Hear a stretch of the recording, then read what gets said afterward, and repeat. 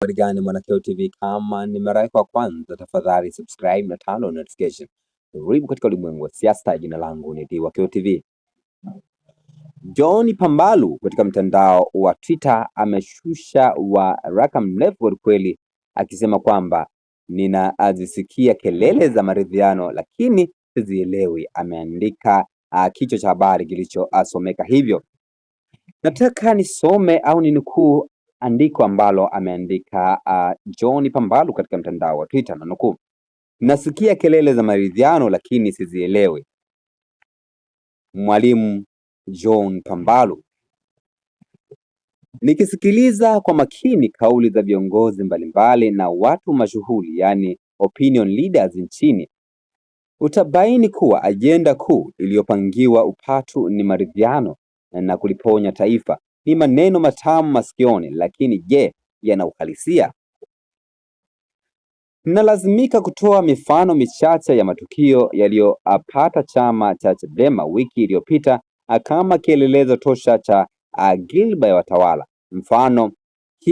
Mifano hii inadhihirisha kuwa kile kinachoitwa maridhiano ni aganda tu, lakini ndani yake kuna ukandamizaji ule ule.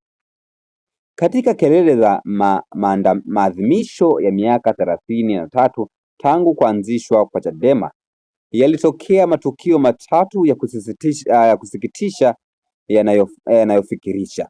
Moja, dhuluma ya alama na itikadi ya Chadema, yaani Mbeya. Kule Mbeya, viongozi wa Chadema wakiongozwa na mwenyekiti wa mkoa wa Mbeya Mheshimiwa Masanga Kaloli na mwenyekiti wa Bavicha mkoa wa Mbeya ambaye ni Elisha Chonya walikuwa katika zoezi la kistaarabu la kushusha bendera nusu mlingoti kumwenzi hayati Mzee Edwin Mtei. Badala ya heshima, polisi waliwakamata wahudhuriaji wote na kuamua kushusha bendera ya chama kuwa mikono yao wenyewe, kitendo cha chuki iliyopitiliza. Kana kwamba hiyo haitoshi, usiku wa manane walivamia nyumbani kwa mwenyekiti wa Chadema jimbo la Mbeya mjini, Gertruda Lengesela, na kumkamata kwa tuhuma hewa za uchochezi. Namba 2, kuzuia utu na uungwaji, yani pale Dodoma. Katika kuadhimisha miaka 33 ya chama, kiliamua kufanya tendo la huruma kwa kwenda hospitali ya serikali kuchangia damu ili kuokoa maisha ya Watanzania. Ajabu ni kwamba walizuiliwa kufika hospitalini na kuzuiwa kutoa damu hiyo. Je, maridhiano yanakataa hata kutoa damu au kutoa msaada? Namba 3, ukandamizaji wa kiuchumi na teknolojia. Wanachama wa Chadema walipoamua kukichangia chama kupitia namba za simu za maafisa wawili, Pambalu na Brenda Rupia, mifumo ilianza hujuma. Kampuni ya Airtel ilifunga namba ya Brenda Rupia na baadaye Voda wakafunga huduma ya M-Pesa ya John Pambalu ambaye ameweka namba hapo. Hapa ndipo unapaswa kujiuliza, inakuwaje matukio matatu kama katika mikoa mitatu tofauti, Mbeya, Dar es Salaam na Dodoma, yanahusisha sekta tofauti, yani polisi, wauguzi na makampuni ya simu? Je, yote yametokea kwa mpigo dhidi ya Chadema? Jibu ni rahisi, kuwa nguvu iliyofanya kazi gizani, dola akataja hapo ya kiongozi, inaonekana dhahiri kutotaka kuachia utamaduni wa kuifinyiria Chadema. Nini maana ya maridhiano katika mazingira ya namna hii? Akaendelea hapo akasema, metadonia ni kiini cha maridhiano ya kweli.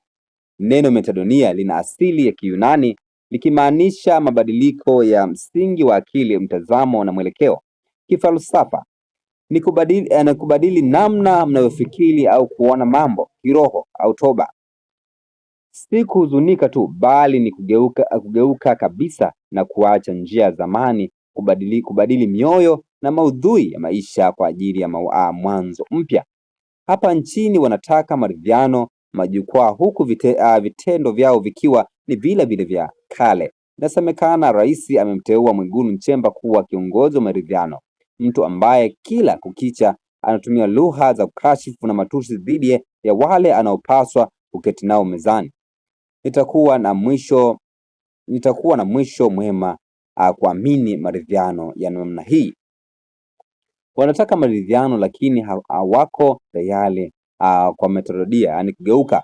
Bado wanawakilisha kwa hila wakina Tundu Lissu, Yohana Kaunya na mamia ya wafungwa wa kisiasa magerezani. Bado wanakifunga Chadema kufanya shughuli za kisiasa kinyume na katiba ya nchi, vyombo vya dola vikiendelea kuwa lungu la ukandamizaji. Hata katika kile kinachoitwa tume ya uchunguzi ya Oktoba 29 mwaka 2025, mwenyekiti wake anapiga marufuku vyombo vya habari kuripoti mwenendo wa tume hiyo. Huku ni kuzika ukweli gizani. Hitimisho: huwezi kupata msaada bila kukiri makosa, kuyajutia na kuamua kugeuka. Hakuna maridhiano ya kweli bila metadonia. Nitakuwa wa mwisho kuamini maridhiano yanayohubiriwa amani mchana akule, huku yakipanga hujuma na vifungo usiku. Wasalamu, John Pambalu. Akaweka hapo namba zake pia za mawasiliano. Na maoni gani kwa hichi ambacho ameandika Mwalimu John Pambalu? Tafadhali shusha maoni yako katika sehemu ya comment section. Maoni yamekuwa ni mengi kweli katika mtandao wa Twitter kwa kile ambacho ameandika John Pambalu ambaye ni mwalimu huyu hapa. Maoni yamekuwa ni mengi, maoni machache hapa nione wananzengo wana maoni gani kwa hichi ambacho ameandika Mwalimu John Pambalu. Moja kwa moja naingia katika eneo la maoni hapo nione watu wana maoni gani kwa hichi ambacho Mwalimu John Pambalu ameandika. Wa kwanza anaitwa Thadei Mhabuka, anasema hakika hawa watu hawaaminiki na huyo anayejiita waziri mkuu ni mtu ametukana hapo. Lakini Voice of Jonathan anasema Rwanda hawakubali mapema kwamba kuna gap kati ya Wahutu na Watusi, inaitwa chuki iliyochochea ubaguzi mpaka mauaji ya halaiki. Nimemwangalia PM usoni, nikamwangalia Heche usoni, nikaliona gepu lile la Rwanda. Tofauti yake, lile la Rwanda lilikuwa ukabila, hili letu ni uchama. Lakini Fundi Waya anasema wenzio wanaona yanawezekana kumeza mate, maisha yale yale. Kilichobadilika siku hizi ni utekaji usiku, asubuhi unapita mpidifu tunamkamata kwa makosa ya dunia ngumu. Lakini Face Mosa anasema hivi, katiba inasemaje kuhusu bendera kupeperushwa nusu mlingoti kuomboleza kifo cha kiongozi? Chama cha siasa kinaweza kufanya hivyo kwa bendera yake? Lakini David Mwandilo anasema umesahau kitendo cha kuzuia kupanda miti kule Nkasi. Lakini Jackie Ukulu anasema tatizo, unadhani maridhiano yanazungumzwa ni ya serikali na Chadema? Lakini Mabeba anasema tatizo akili, ametukana hapo.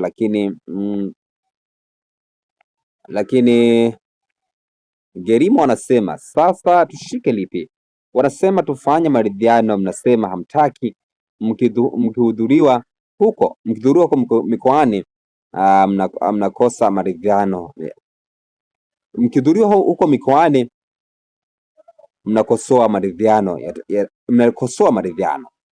Ameandika hayo maneno mazito kwelikweli huyo ambaye ni Gilinomi. Huyo anasema hawataki maridhiano na wao wakishikwa huko mkoani wanalalamika kuhusu maridhiano. Tusha maoni yako katika sehemu ya comment section. Jina langu ndio Creative, katika masuala ya kisiasa. Bye bye.